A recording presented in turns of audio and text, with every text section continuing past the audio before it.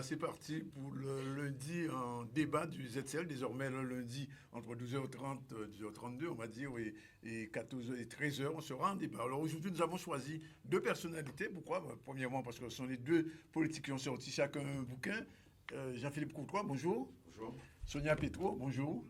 Et de plus, ce sont deux Bastériens, deux gens de la région de Basse-Terre. Donc, nous avons voulu, bien évidemment, poser la question où va Basse-Terre, comment se porte Basse-Terre, quoi faire pour Basse-Terre, le grand sud bastérien. C'est l'objet de ce débat, je vous dis. Alors, avant qu'on en arrive là, à se dire qu'est-ce qui empêche à Basse-Terre de se développer, quand on parle de Basse-Terre, on ne peut plus parler de Basse-Terre sans parler du sud Basse-Terre. C'est clair. Parce que le développement de Basse-Terre est rattaché au développement de la communauté d'agglomération. Mais vous savez, quand on va chez le médecin, et qu'on lui dit qu'on est malade, parce que manifestement Basse-Terre est malade, avant de poser un traitement, il faut déjà poser un diagnostic et se demander pourquoi on en est arrivé là. Parce que si on n'est pas capable de regarder ce qui nous a amené là, on ne sera pas en capacité de poser un bon diagnostic et voir un remède pour Basse-Terre et le sud Basse-Terre. Mais de 92 à 2015, oui, quand même deux Bastériens, qui en plus ont été ministres, oui, ont dirigé la région. On aurait pu se dire qu'avec cela, la région Basse-Terre devrait être le phare de la Guadeloupe, oui, et Basse-Terre singulièrement devrait en être le porte-drapeau, mais oui, pas du tout. Tous les compteurs sont au rouge, voire au violet, et moi je me dis que ces personnes n'ont peut-être pas, soit par manque de vision, ou soit par manque d'ambition pour ce territoire, n'ont peut-être pas fait ce qu'il fallait pour Basse-Terre. Jean-Philippe Courtois. Je crois que c'est effectivement une question, je dirais, un petit peu complexe, puisque ça nous invite à réfléchir sur les politiques publiques qui ont été mises en place hier. Mais ça nous permet surtout de comprendre qu'il faut aujourd'hui peut-être réoxygéner cette zone du sud Basse-Terre. La première problématique, c'est cette communauté d'agglomération qui est née, en fait, d'une agglomération subie, puisque imposée par le préfet de l'époque, alors qu'on aurait pu se retrouver avec des maires en première ligne qui auraient pu se mettre d'accord sur une vision, oui, sur un projet, de manière à ce que nous ayons des agglomérations peut-être avec des communes qui soient beaucoup plus proches. Ça, c'est une problématique, même si, dans mon livre, je le dis bien, je ne pense pas que la communauté d'agglomération soit un dispositif qui soit pensé pour les Outre-mer, encore moins pour la Guadeloupe, vu la taille de nos communes. Et de l'autre côté, nous avons aujourd'hui une collectivité régionale qui a pris aussi à bras-le-corps cette problématique du rééquilibrage du territoire. Alors aujourd'hui, on va débattre de quoi? On va débattre de ce qui concerne nos sociétés guadeloupéennes, mais aussi africaines, puisque d'une majorité de Guadeloupéens sont des Afro-descendants, mais pas que, puisqu'il y a des Indiens aussi, il y a d'autres nationalités en Guadeloupe. Mais aujourd'hui, nous allons particulièrement nous adresser aux gens qui, d'un côté ou de l'autre, en Guadeloupe, se disent descendants des pharaons, descendants d'Égypte, de l'Égypte, on a cette égyptienne. Et puis de l'autre côté, il y a des Guadeloupéens qui pensent que le berceau de l'humanité, d'une manière générale, le berceau même de l'Afrique, c'est l'Abyssinie, ce qu'on appelle aujourd'hui l'Éthiopie. Kaël, bonjour. Kaël, vous êtes président de Racine. Racine, c'est une association qui, chaque 2 ans, organise le mois de l'Afrique. L'année dernière, ça s'est célébré de façon, je peux dire, très grande. Alors, j'ai pas eu le temps de tout lire, le Dieu noir, mais je l'ai feuilleté avec beaucoup d'intérêt, cet ouvrage de Dibombari Mbok. Bonjour. Bonjour. Vous êtes d'origine africaine, vous êtes africain, et vous travaillez au Canada. Vous avez écrit près d'une dizaine d'ouvrages déjà. Un peu plus. Un peu plus que ça. Donc celui-là, oui, les hiéroglyphes et les langues négro-africaines qui servent beaucoup à notre ami Jean-Luc Divial. Et donc, la semaine dernière, d'ailleurs, vous étiez en débat sur les ressemblances entre notre carnaval guadeloupéen et des choses qui se passaient à l'époque en Égypte. Alors aujourd'hui, on va essayer, non pas de confronter les points de vue, mais enfin de donner aux Guadeloupéens ces deux points de vue qui sont totalement différents. Alors, on va commencer par Kaël Tyrolien. Kaël Tyrolien, vous êtes allé plusieurs fois en Abyssinie, je dis Abyssinie, mais enfin on dit l'Éthiopie. L'Éthiopie se trouve être le deuxième pays où le christianisme s'est développé. en Égypte, les Coptes aussi ont développé le christianisme. Alors, je peux poser la question là, l'antériorité, elle est où? Alors, non, je pose la question. Non, concernant le christianisme éthiopien, bon, puisque moi c'est ma branche, je dirais, je suis initié moi-même en tant qu'orthodoxe éthiopien. Oui, je sais. Donc, du point de vue de la tradition éthiopienne, l'Éthiopie est première en ce qui concerne le christianisme. Oui. Pour plusieurs raisons, puisque déjà au niveau de la naissance de Jésus-Christ, selon la tradition, quand Jésus est né à Bethléem, les rois mages qui sont venus lui apporter les cadeaux, l'or, l'encens et la myrrhe, sont des rois éthiopiens qui sont sortis d'Éthiopie, qui sont venus avec ces cadeaux-là, qui sont un peu les produits, les matières premières de l'Éthiopie, les produits enfin classiques des Éthiopiens, l'or, l'encens et la myrrhe. Et parmi ces rois, d'ailleurs, il y en a un qui a été retenu par la tradition catholique romaine, qui s'appelle Balthazar chez les Romains, mais son nom éthiopien c'est Bazen. Donc ce roi-là, il date du 1er siècle, donc du début de l'ère chrétienne. Donc pour les Éthiopiens, il est évident que les Éthiopiens sont à l'origine même, je dirais, du christianisme. Oui. Bon, effectivement, historiquement parlant, l'Égypte est aussi très proche de ces débuts-là, puisque Jésus étant enfant, s'est rendu en Égypte, le voyage en Égypte, très connu dans toute l'iconographie chrétienne, qu'elle soit africaine ou occidentale, on parle toujours du séjour de Jésus donc en Égypte. Donc effectivement, il y a une présence aussi chrétienne très ancienne. C'est que ma vision est un tout petit peu différente, c'est sûr, d'après ce que je viens d'entendre, parce qu'en fait, d'après ce que je sais, c'est que le christianisme éthiopien et copte a prospéré sous une forte influence, une influence conduite par l'Empire romain d'Orient, parce que les orthodoxes étaient plutôt orientaux. Donc, ce sont les accointances entre l'Abyssinie naissante et l'Empire romain qui a facilité l'émergence du christianisme, parce que c'est Rome, qui a quand même théorisé sur les principaux canons, ou les dogmes, si on veut, qui habitent aujourd'hui l'Empire. Quand je dis l'Empire romain, il ne faut pas s'imaginer l'Italie d'aujourd'hui, parce que l'Empire romain était beaucoup plus vaste. C'est ça. Donc, c'est cette accointance et la puissance de l'Empire romain qui a facilité l'émergence de ce qu'on appelle aujourd'hui le christianisme. Alors maintenant, quand on parle du personnage biblique de Jésus, et qu'on y voit une forme d'effectivité, bon, ça pose quand même un problème fondamental, parce que jusqu'à preuve du contraire, ce n'est pas un personnage historique.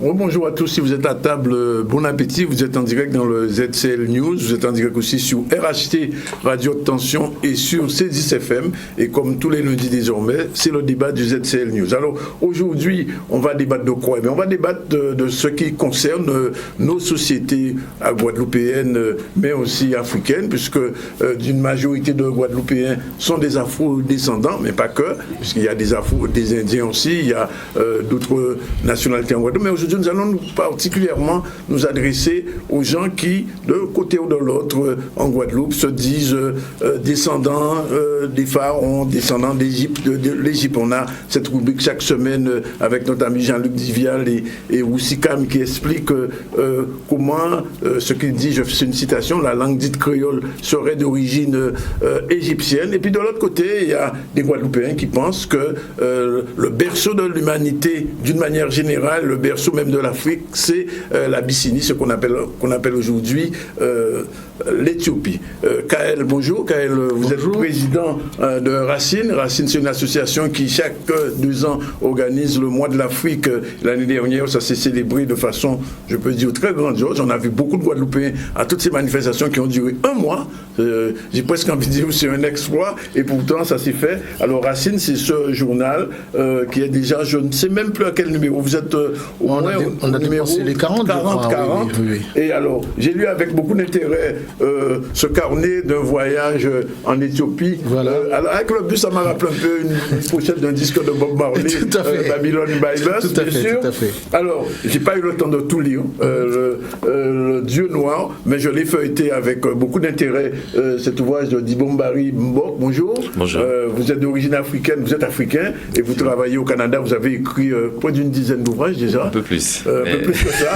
Dont celui-là, oui. Les hiéroglyphes et les langues négro-africaines qui servent beaucoup à notre ami Jean-Luc Divial. Et donc, la semaine dernière, d'ailleurs, vous étiez en débat sur les ressemblances entre notre carnaval guadeloupéen et des choses qui se passaient à l'époque en Égypte. Je vais vous poser à tous les deux, je ne sais pas parce que moi je ne le sais pas. Le berceau de l'humanité, il est en Éthiopie ou en Égypte? Je suis initié moi-même en tant qu'orthodoxe éthiopien. Oui, je sais. Donc, du point de vue de la tradition éthiopienne, l'Éthiopie est première en ce qui concerne le christianisme. Oui.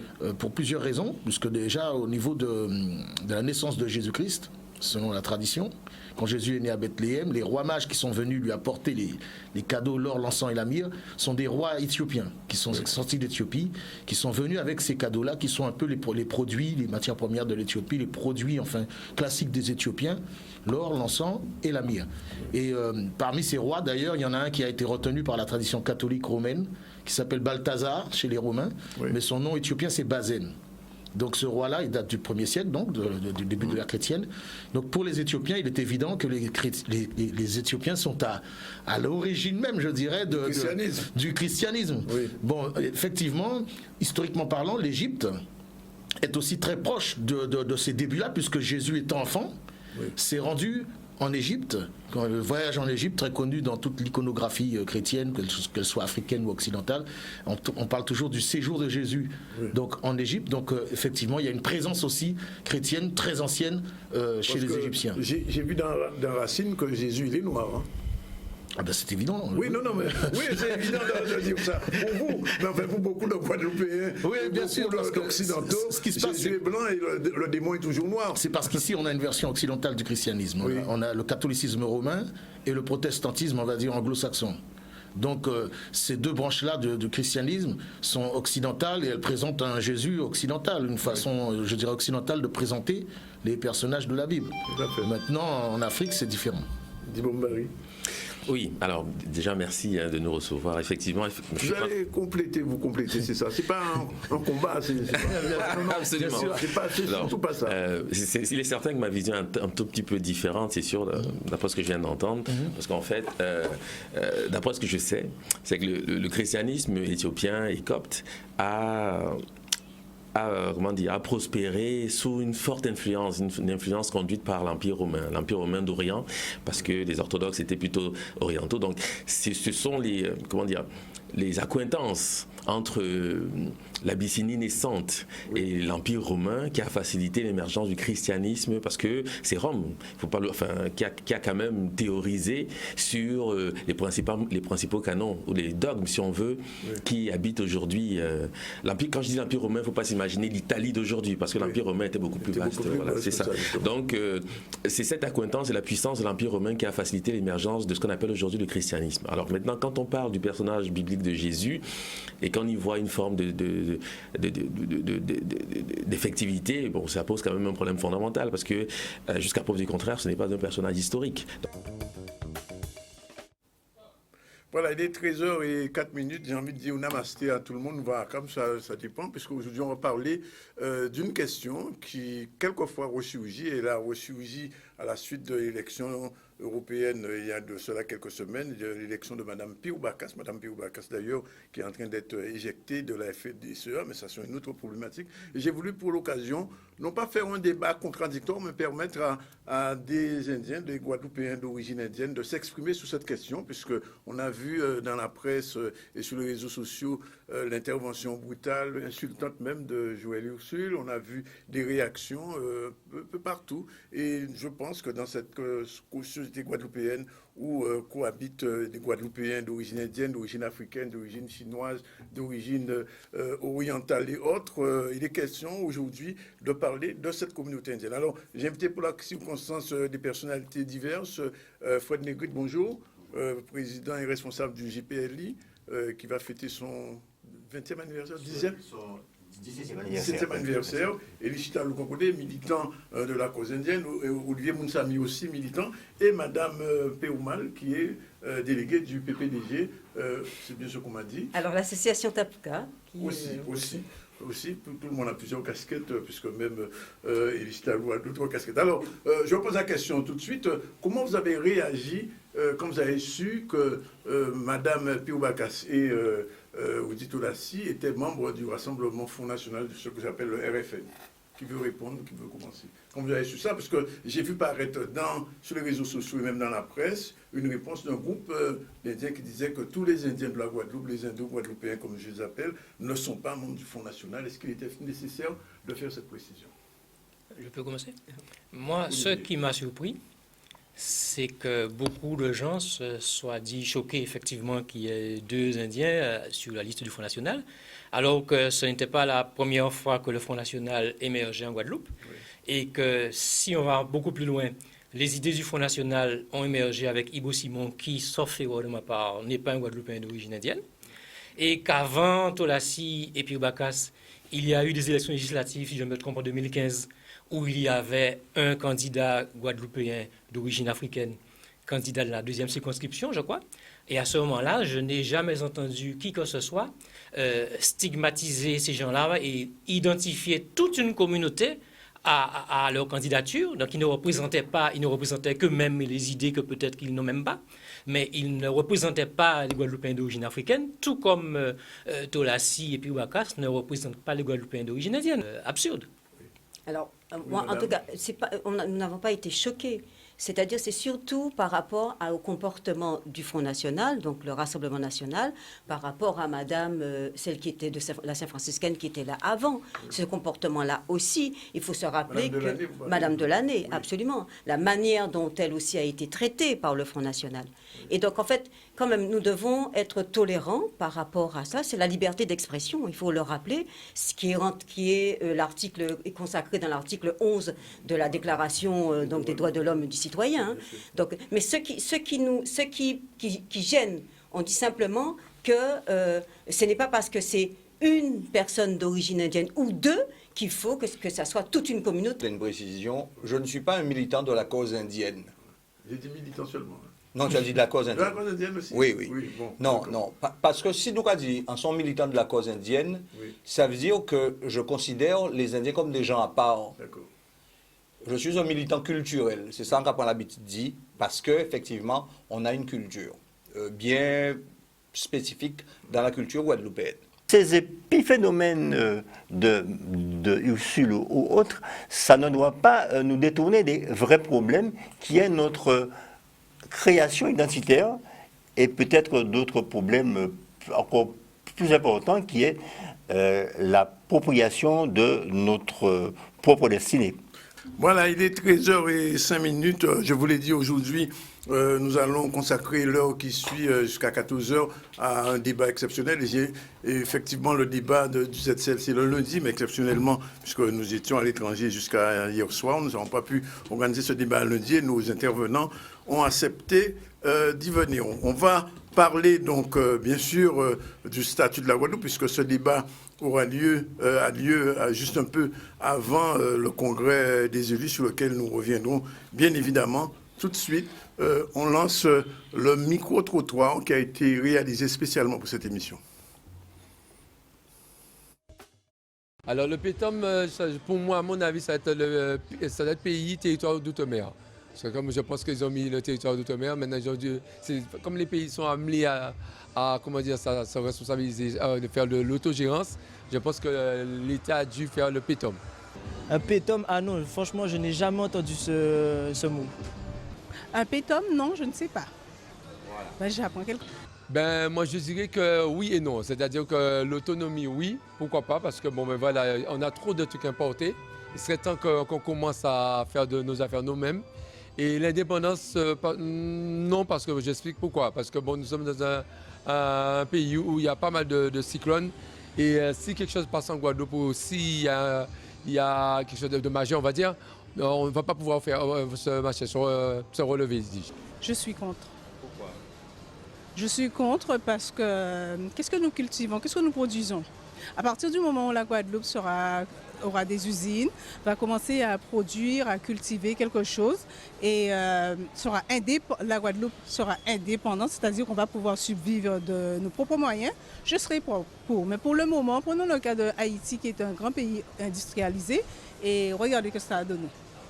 Donc avant de se lancer dans l'indépendance de la Guadeloupe, il va falloir qu'on s'y prépare. Il y a un grand travail à faire. Non, je pense que si elle le souhaite, elle peut l'avoir. Mais une vraie autonomie, elle n'est pas idéologique seulement. Elle est déjà effectivement d'avoir un système d'auto-alimentation. D'accord ? On a des terrains fertiles, il faudrait peut-être effectivement qu'on se penche déjà à ça.